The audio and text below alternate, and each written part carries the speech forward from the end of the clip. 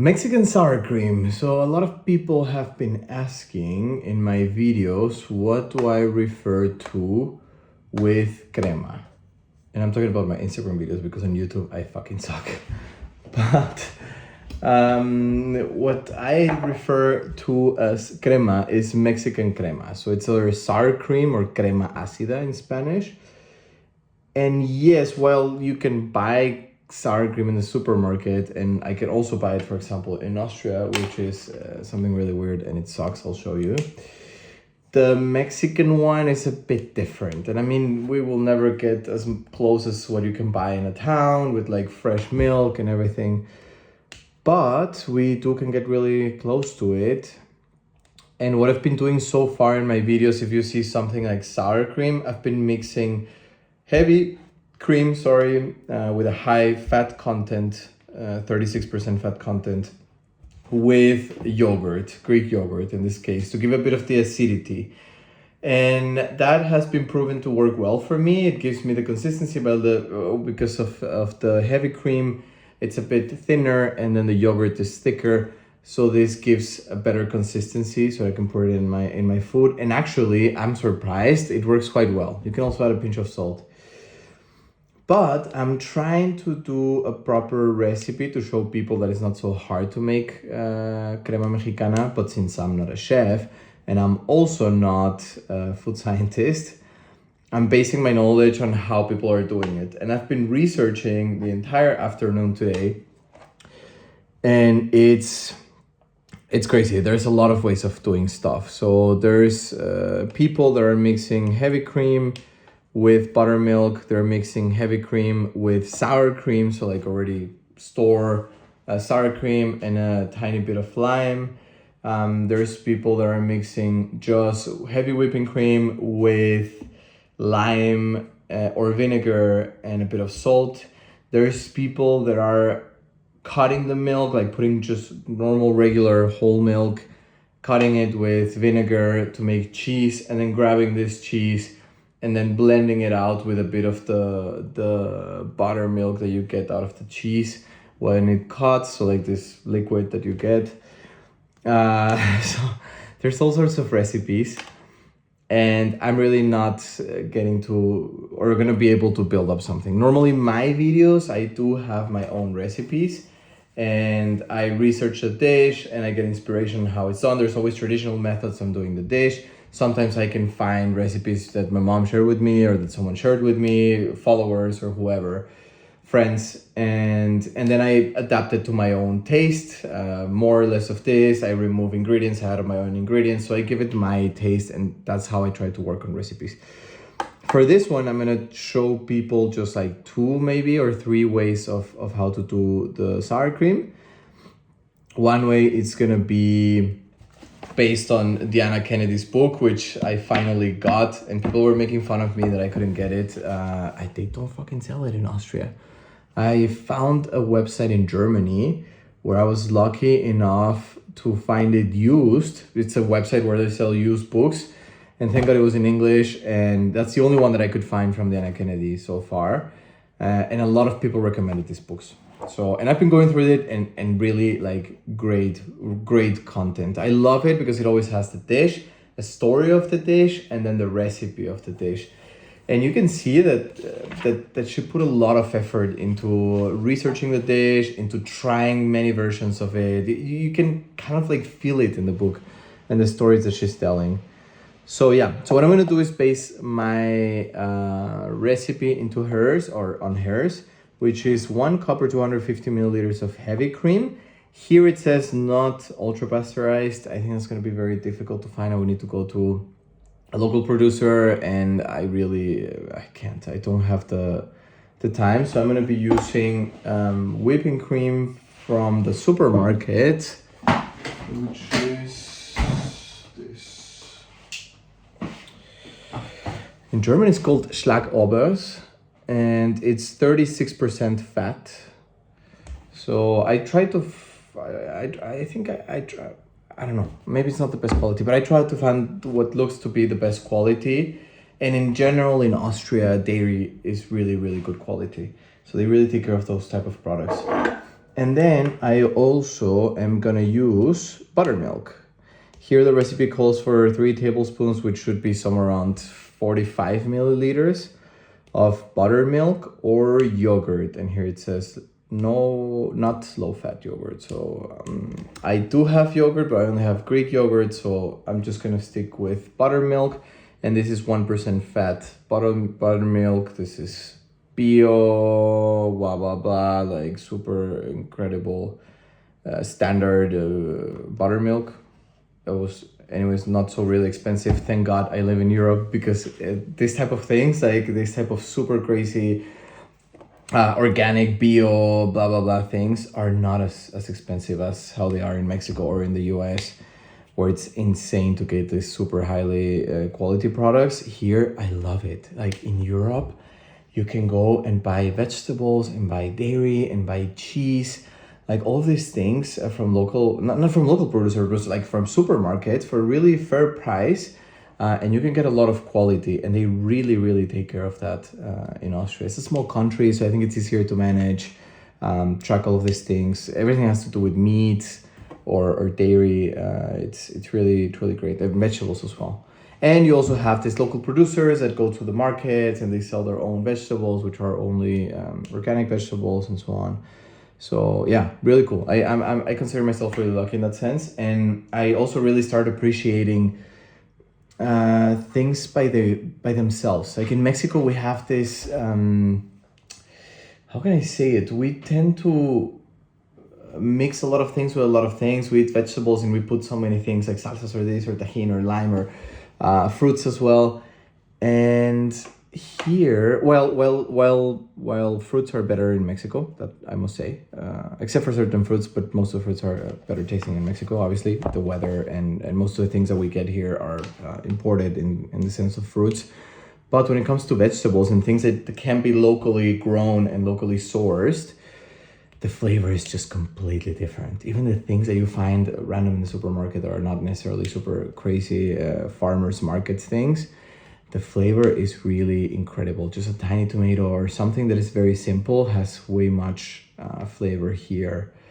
And I've been appreciating that, the simplicity of things, just a plain flavor of a vegetable. I think I've been learning on how to appreciate that and not have to mix everything with everything all the time.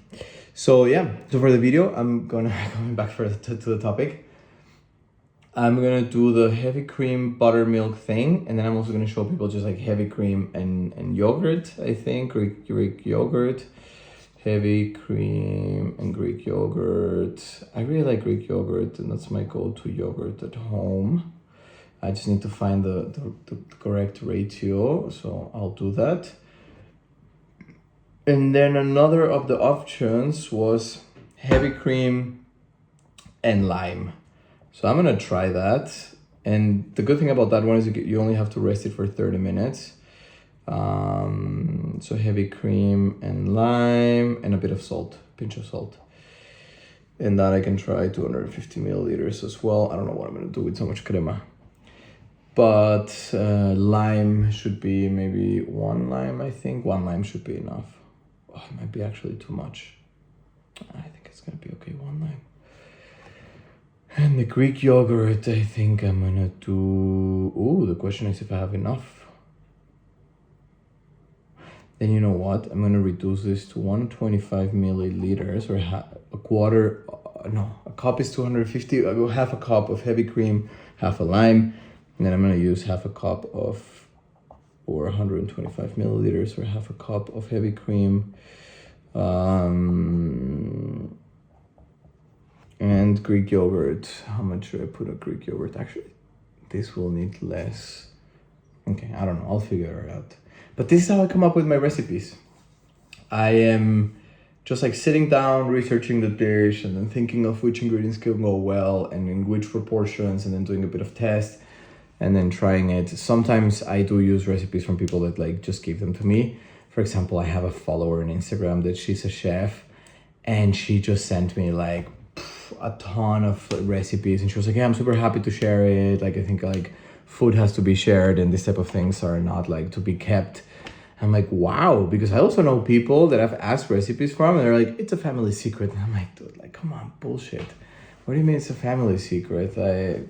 I don't know. I think for me, food is about sharing. My mom has always been like, she has these huge recipes that she's been writing by hand and sharing with friends and having all over the place.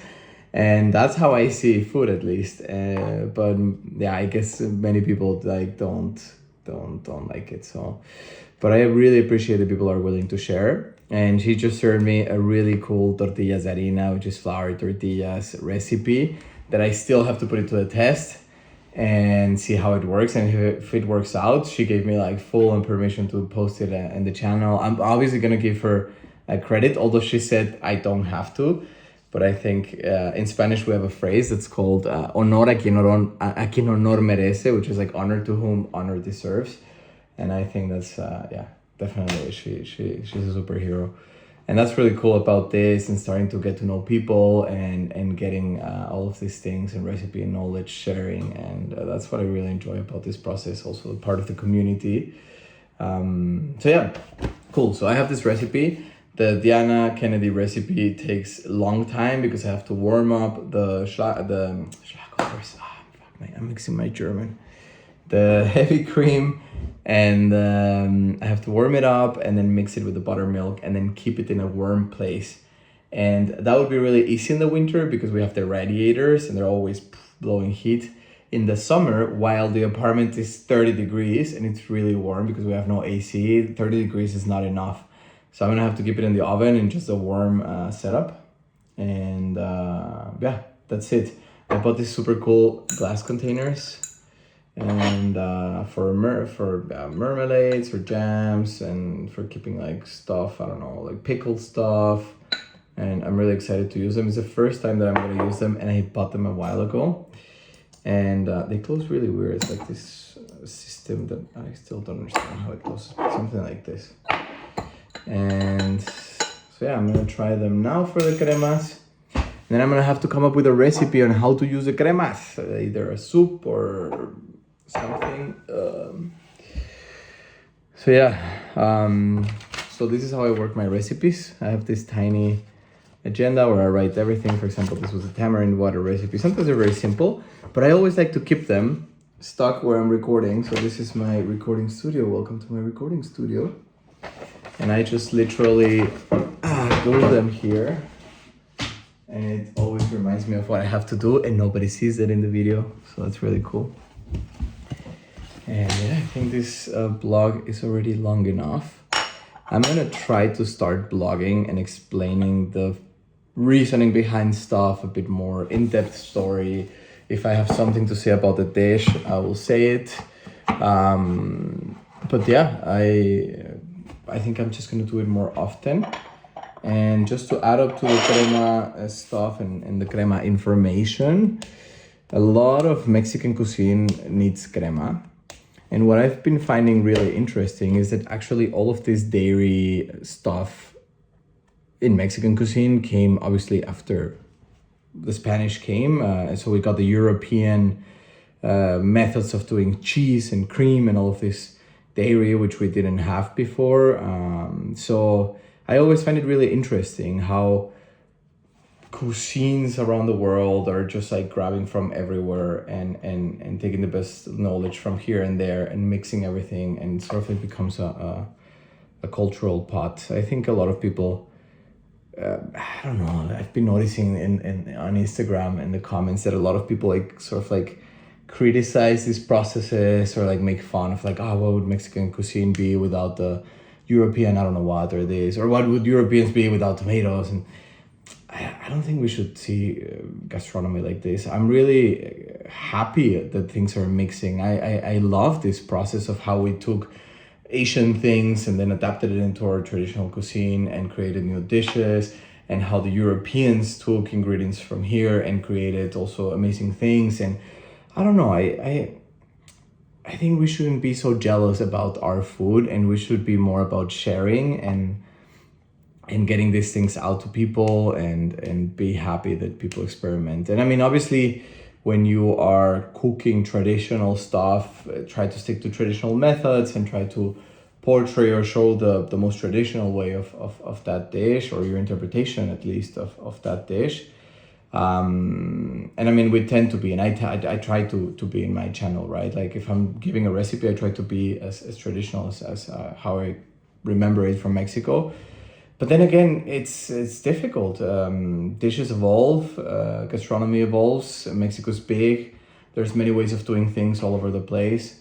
So I think we shouldn't be so jealous about it. I believe that we should just enjoy things as how they are, and try to create really great things. And gastronomy will continue to evolve, and probably Mexican gastronomy in the next 50 years, 100 years will look completely different, and it's already starting to change.